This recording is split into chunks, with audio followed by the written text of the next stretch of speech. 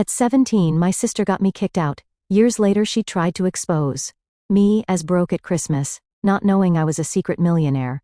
Hey guys, I'm 32, female, and I guess I'm finally ready to share this story. I'm not fishing for sympathy or anything, but maybe someone going through similar family BS might feel less alone reading this. When I was 8, everything in my life changed. That's when my sister Lily was born 2 months premature. I remember waking up to my dad rushing out the door in the middle of the night while my Aunt Jenny stayed with me.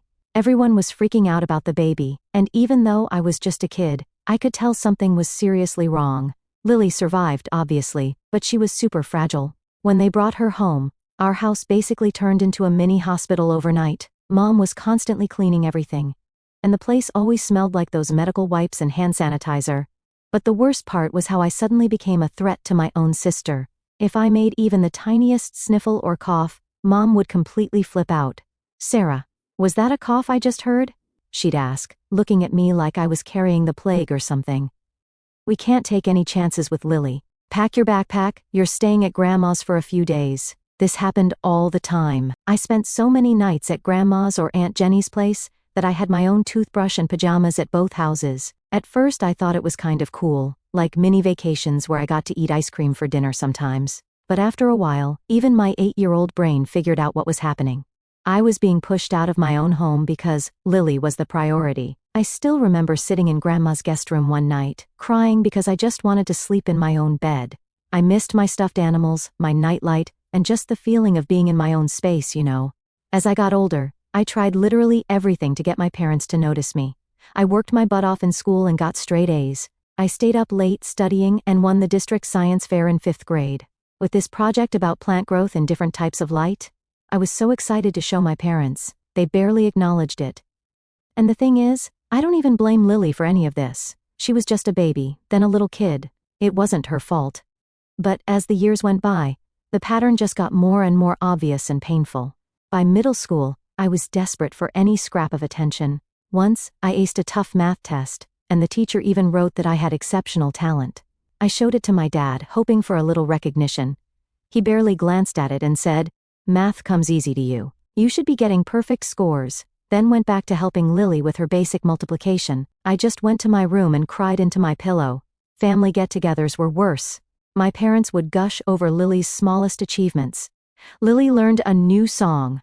But when someone asked about me, it was, "Sarah's doing fine in school," like I was a background character in my own life. So I started spending a lot of time alone in my room, reading books. At least the characters in books noticed me in a way. Sounds pretty pathetic now that I'm typing it out, but that's how I coped back then. Every birthday, I'd get my hopes up that this would be the day I mattered.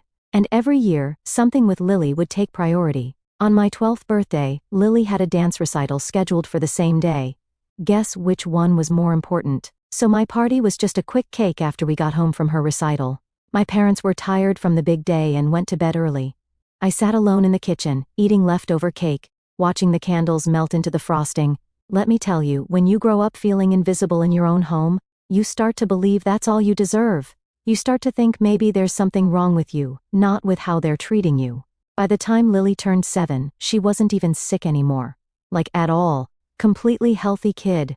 Running around, no problems whatsoever. But my parents were stuck in this weird protective mode that they couldn't snap out of. And Lily, that kid figured out real quick that she had power over everyone. She wasn't dumb. She'd act all weak and pitiful whenever she wanted something, and it worked every single time.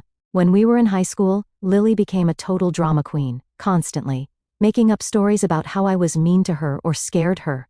I mostly just tried to stay out of her way, but it didn't matter what I actually did. She'd make stuff up anyway because she loved the attention. The breaking point happened when I was 17. I came home from debate team practice, really tired, and needing to study for a big test. Lily was playing really loud music in the living room, so I went to my room and closed the door.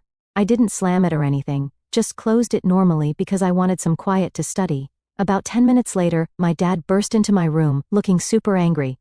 "What did you do to your sister?" I had no clue what he was talking about. Turned out, Lily had run to them crying, claiming I had slammed the door in her face and yelled at her to shut up. Complete lies. But they believed her instantly, no questions asked. They didn't even ask for my side of the story. Mom and Dad went ballistic. Dad ranted about how my hostility and aggression towards sweet Lily were getting out of control. Mom acted like I was some kind of threat, saying she was genuinely concerned for Lily's safety and that my outbursts had been building up for months. Outbursts? I barely even spoke at home anymore, but Lily had been planting seeds for weeks, twisting little things to make me look bad, like claiming I gave her dirty looks or that I was always in a bad mood. They weren't hearing me. I tried to explain, but it didn't matter. Lily stood in the hallway, arms crossed, that faint smirk just for me. She knew exactly what she was doing. Dad's face was red. Your hostility toward Lily is out of control. Hostility? I closed my effing door, I snapped. That's it, but of course you believe her, you always do. She wouldn't lie about something like this, Mom said sharply. I let out a cold laugh. She lies all the time, but you're too blind to see it. She's been playing you for years. You're just too desperate to have your perfect little princess to care. Dad's jaw clenched. Watch it. No, you watch it, I fired back. It was the final straw for me. You've made it pretty clear who you actually care about. It's her, always her. I could disappear tomorrow, and you wouldn't notice until it made things inconvenient for Lily. Mom flinched, but Dad's face twisted in rage. That's enough! I wasn't done. You're pathetic, I spat, the words burning in my throat. You don't care about what's true. You just want things to be easy. You let her walk all over you, and I'm done pretending like you're anything but weak for falling for it. The silence that followed was thick. Dad's face darkened, his fists clenched at his sides. Get out, he said, low and dangerous. Get out of my house. I blinked, frozen for a second. You're serious? I don't want you here anymore. He pointed to the door. Go. I was 17 when Dad kicked me out. I didn't have time to think, let alone figure out where to go.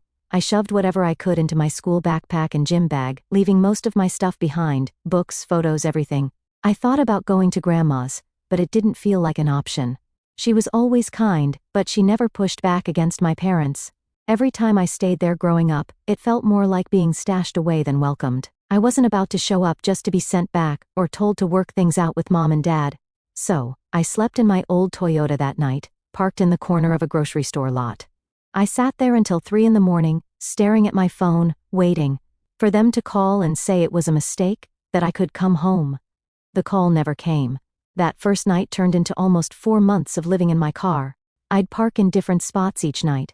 Behind stores, in quiet neighborhoods, anywhere I wouldn't get noticed. I used the showers at school after gym class, did my homework in the library until they closed, washed my clothes in public bathroom sinks, and dried them on my car's dashboard when it was sunny. The worst part was, this was during winter, January through April, freezing freaking cold. The heater in my Toyota barely worked. I'd sleep in all my clothes with these blankets I got from Dollar Tree. Still, I'd wake up shivering, seeing my breath inside the car. Some mornings, there was actual frost on the inside of my windows. But I still went to school every single day, never missed a class, kept my grades up. I was determined to not let them ruin my future too. My parents never called to check if I was okay. Not once in those months. They didn't care if I was literally freezing to death in a car somewhere. Meanwhile, I found out through social media that they had already turned my bedroom into a hobby room for Lily. With a new desk and art supplies. They posted pictures of it on Facebook, like I never even existed. I tried to hide that I was homeless, but it's really hard to keep something like that secret. My clothes started to smell, no matter how much I tried to wash them in sinks. I was always tired from not sleeping well. One day I fell asleep in English class, and my teacher kept me after to ask what was going on. I broke down crying right there, just couldn't hold it together anymore. She called in the school counselor, and they figured out I'd been living in my car for almost 4 months. The counselor helped me get into a youth shelter. It wasn't great. Noisy, kind of rough, with strict rules about when you had to be in and out. But at least it wasn't freezing in there. At least there were real showers and a place to do laundry. I stayed at that shelter until I graduated high school. Despite everything, I maintained a 4.0 GPA. I was even named valedictorian. No one from my family came to the ceremony. I gave my speech to a crowd of strangers' parents, talking about perseverance and overcoming obstacles while trying not to break down. After the ceremony, I watched all these other kids hugging their families, taking pictures, celebrating. I just went back to the shelter alone. Getting my college acceptance letter was honestly the best day of my life up to that point. Full scholarship to State University, covering tuition and dorm housing. I literally sat down on the floor of the shelter and cried when I opened it. Some of the other shelter kids made fun of me for crying over a letter, but I didn't care. This was my ticket out. I moved into the dorms that August with everything I owned fitting into 2 garbage bags. My roommate, Jessica, took one look at my stuff and was like, "That's all you brought?" I just shrugged and said, "I like to travel light." Wasn't about to tell this random girl that I was basically homeless before college. College was hard, but not just because of classes. I had to work 2 jobs while taking a full course load. The scholarship covered the basics only. I got a job at the dining hall, which was actually pretty sweet because I could eat for free during my shifts. Also worked at the campus library 20 hours a week. The library job was perfect because during slow times, which was most of the time, I could study at the desk. When other students went home for holidays or breaks, I'd stay in the nearly empty dorm since I had nowhere else to go. Those quiet campus weekends were actually kind of peaceful, no drama, no feeling like I was in anyone's way, just me and my books and blessed quiet. After 4 years of this grind, I graduated with a business degree and got a job as an entry-level manager at Davis Company. The pay wasn't great, like $41,000 a year, but it was enough for me to get my own tiny apartment. That first apartment was probably a complete dump by normal standards, but after living in a car and a shelter, it felt like a freaking luxury hotel. I remember sitting on my second-hand futon that first night, thinking, no one can kick me out of here. This is mine. So I'm working this boring office job, living paycheck to paycheck like everyone else in their 20s. One night, I'm just scrolling through Instagram, bored out of my mind. And I see this ad. Learn how to make your money work for you. I'd usually ignore stuff like that because it sounds scammy as hell, but something made me stop and click on it. It was this online investing course taught by this woman named Rachel. Cost $700, which was a huge amount for me back then. Like, almost my entire monthly food budget. But it seemed legit. She had real credentials and good reviews, so I decided to try it. Ate nothing but ramen and peanut butter sandwiches for 2 months straight to save up. That decision completely changed my life. Rachel explained investing in a way that just clicked in my brain. All the stuff that seemed complicated before suddenly made sense. I started super small, putting just $200 into a few stocks she recommended, then gradually invested more as I got the hang of it. I became obsessed with learning everything about the market, read every article and book I could find, watched tutorials on YouTube, spent hours studying company reports and financial statements. My first big break came when I found this small tech company nobody was talking about, did tons of research, really believed in what they were doing, and put in $500, which was a huge risk for me back then. That investment grew to $4,200 in just 4 months when they announced a new product line. Then I rolled most of that into a biotech startup that had this promising cancer treatment in early trials. Again, it paid off big time, tripled my money in about 6 months. The weird thing was, I kept my regular job as cover. I'd be sitting in these mind-numbing meetings about quarterly goals or whatever while secretly checking my investment app under the table.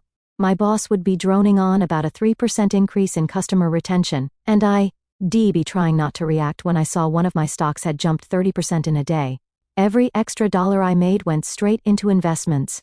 I never upgraded my life at all. Still lived in the same small apartment, still drove my old Toyota, with over 180,000 miles on it, still bought clothes from thrift stores. People at work probably thought I was just terrible with money, like poor Sarah must have massive student loans or something. But the hardest part was keeping it all secret. I was paranoid about anyone finding out, didn't want coworkers getting suspicious if I suddenly started living better. Definitely didn't want my family somehow hearing about it through the grapevine.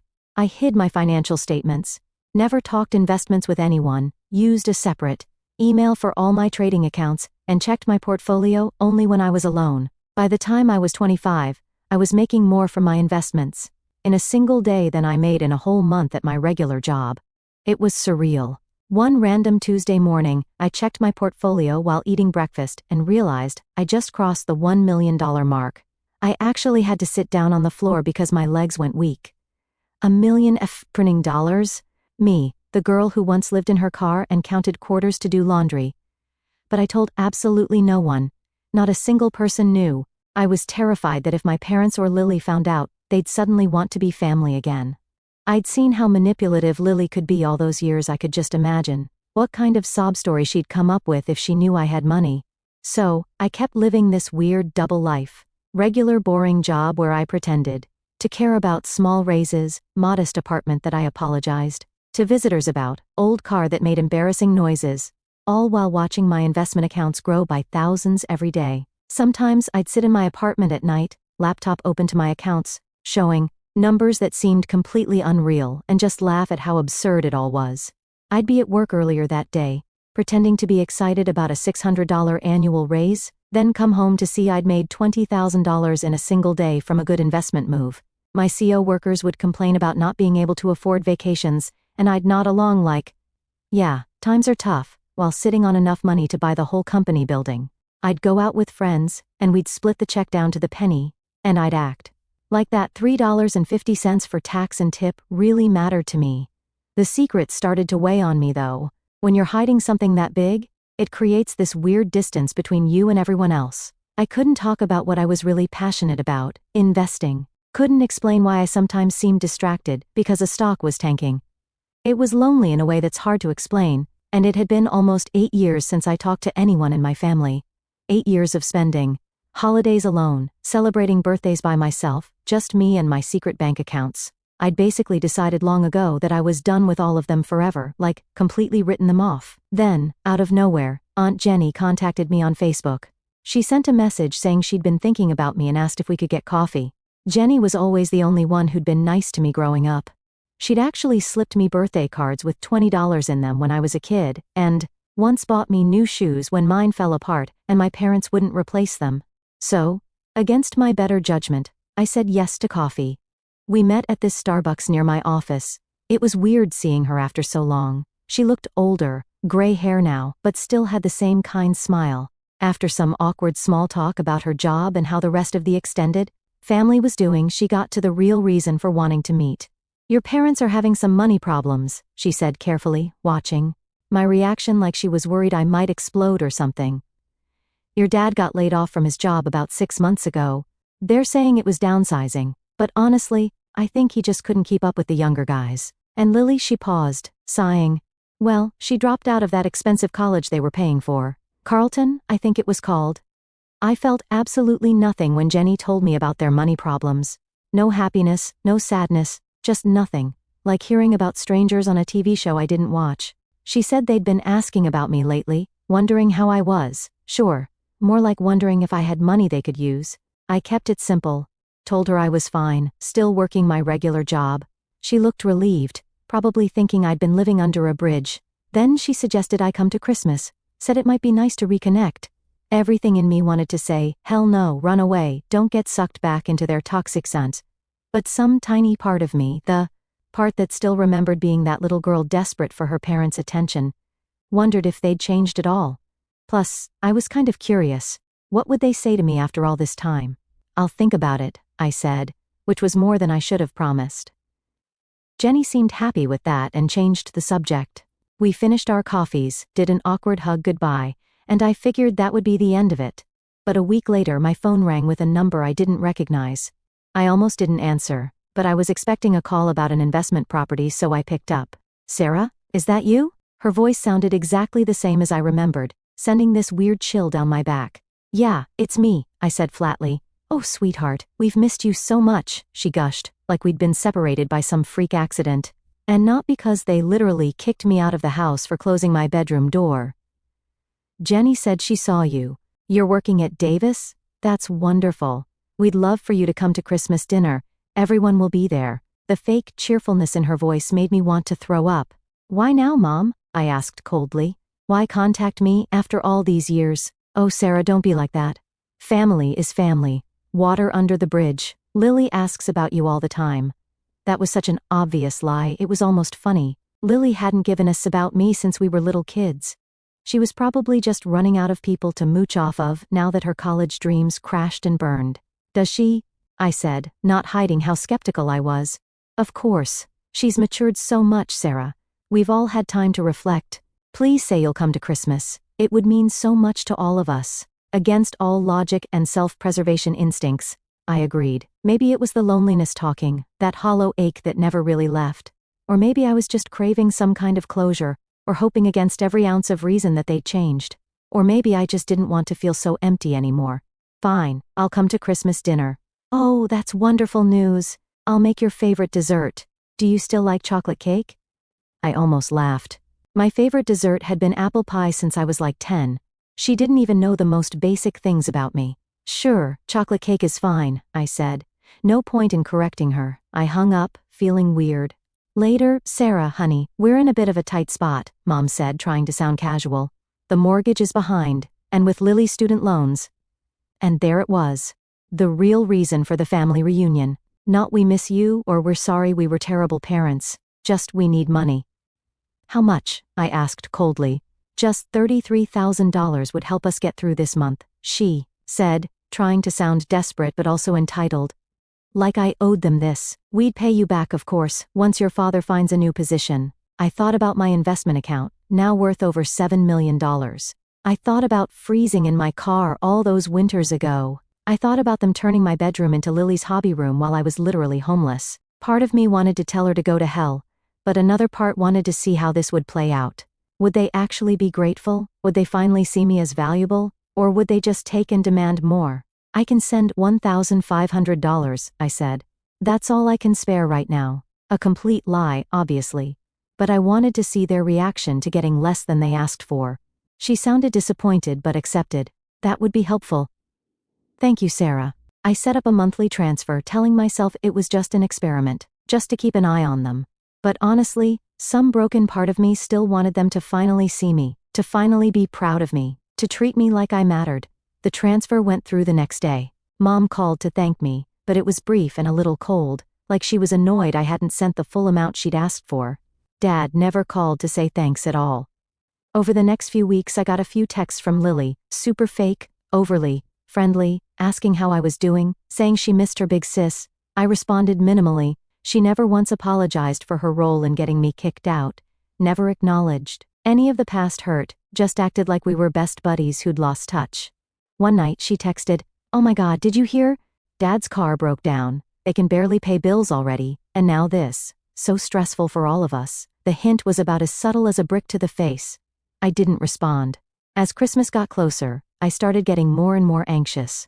What was I walking into? Was I being an idiot? Was this some elaborate setup to get more money out of me? I almost canceled a dozen times, but I was also curious.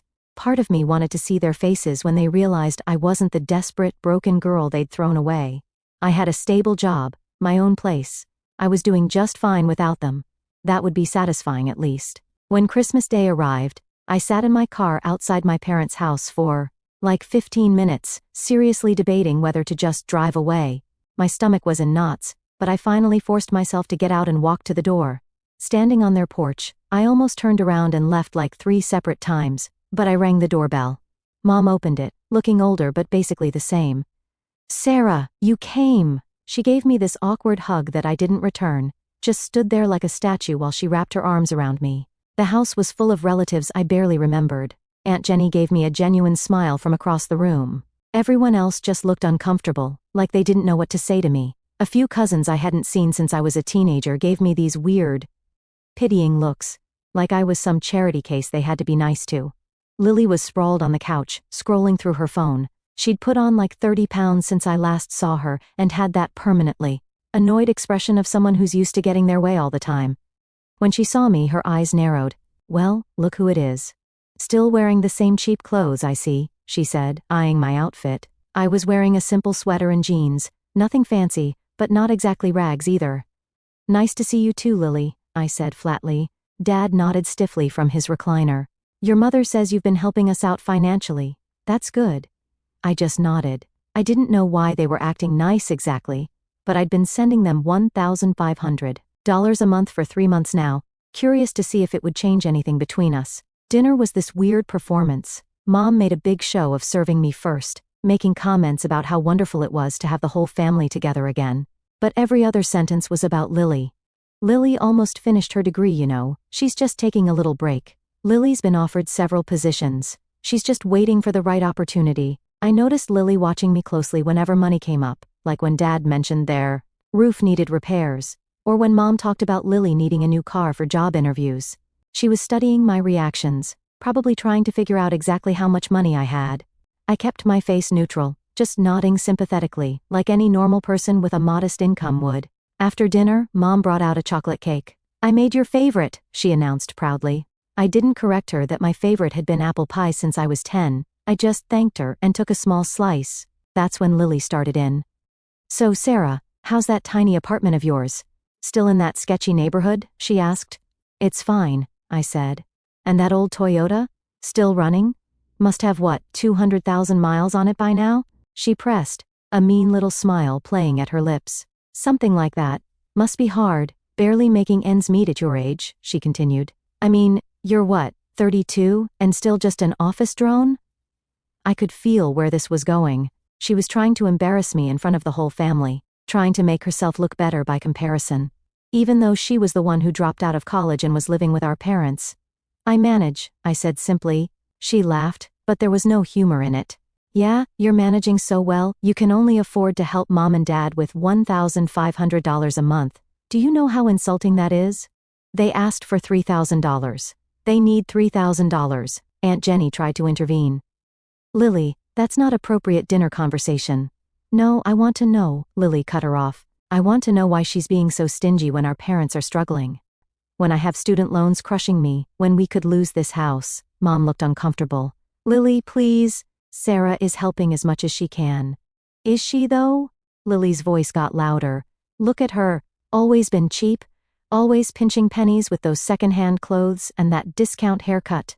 She's obviously holding out on us. She could help more, but she's just being selfish. It's pathetic. Lily, that's enough, Dad said, but without much conviction.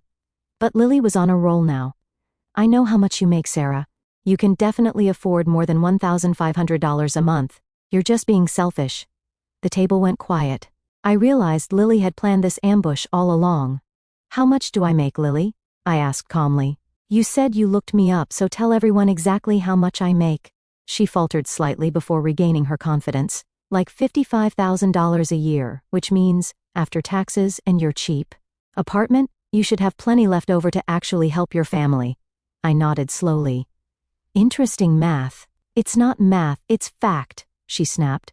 You're holding out on us, probably saving for some stupid vacation while Mom and Dad might lose their house. Mom jumped in. Sarah, we don't expect you to solve all our problems, but if you could maybe, increase your help just a little.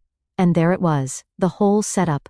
Lily had convinced them I was being stingy, holding back money I could easily give them. You know what? I said, standing up. I need my laptop from my car. I want to show you all something. I went out to my car and grabbed my laptop. When I came back in, Lily had a smug look on her face, probably thinking she'd embarrassed me into coughing up more money. I sat down, opened my laptop, and logged into my investment account. Then I turned the screen toward them, showing the balance, $7,243,158.65. This is what I've built while you all thought I was just scraping by at some office job. This is what I've accomplished with zero help from any of you. The silence was deafening. Mom's face went white. Dad's mouth hung open. But Lily looked like she'd been slapped. She stared at the screen, then at me, then back at the screen. Lily was confused as hell. That's impossible. You drive a Toyota. You shop at Target, she said. I grinned. Yeah, because, unlike some people, I don't treat money like Monopoly cash. See, I learned that it's smarter to invest in my future, not drop out of an expensive college and expect someone else to pick up the bill. Mom's brain must have rebooted because she suddenly slapped on this weird, overly excited smile. Oh, Sarah, this is just wonderful news. We always knew you'd do well.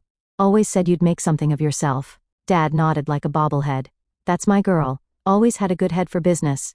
Yeah, sure, Dad. You were probably just telling the neighbor last week how proud you were of me while asking if they knew a good pawn shop. Lily was still staring at the screen, and I could practically hear the math equations flying through her brain. She finally looked up, her eyes shining with that special kind of greed that belongs on a documentary about gold diggers. We're family, Sarah, she said, and her voice was all soft and sweet, like she was auditioning for a Disney princess role. Family supports family. And I've been having such a hard time. Oh, family? I tilted my head. Funny, I don't remember being family when you lied and got me kicked out at 17, or when I was freezing my a-hole off in my car while you were redecorating my bedroom. Must have missed that group hug. That was years ago, Lily whined. I was just a kid. You were 15, Lil, I said, tilting my head, old enough to know the difference between helping Mom and throwing me under the bus for your own gain. Congrats, though. You really nailed it. I turned to my parents, and you two believed her over me, no questions, just tossed me out like last week's leftovers. Didn't even check if I survived. But, oh, now that you think there's money, suddenly I'm family again. Touching. Mom's tears were instant, impressive, honestly. We made a mistake, she sniffled. But we can fix this, we can be a real family again. I chuckled, slow and cold. A real family? Yeah, because nothing screams love like showing up after 8 years to ask for cash. And then, just for dramatic flair, I pulled out my phone, opened my banking app, and canceled the monthly transfer right there. Oops, looks like you'll have to find someone else to leech off. I'm done. Lily's sweet act dropped faster than my patience. You selfish witch, she yelled. After everything we've done for you. I was baffled, like I needed a minute to process the audacity. Everything you've done for me? Like what? Kicking me out? Turning my bedroom into your art studio before my side of the bed even got cold? Or was it the years of zero apologies and radio silence, while I survived on instant noodles and library Wi-Fi? She opened her mouth but nothing came out, just some incoherent sputtering, which was about as much as I expected. I shut my laptop with a loud snap and stood up. I'm leaving. Don't call me, don't text me. In fact, pretend I died. It'll be easier for everyone. I made it halfway to the door before Mom came running, her hand reaching for me like she could physically pull me back into their web.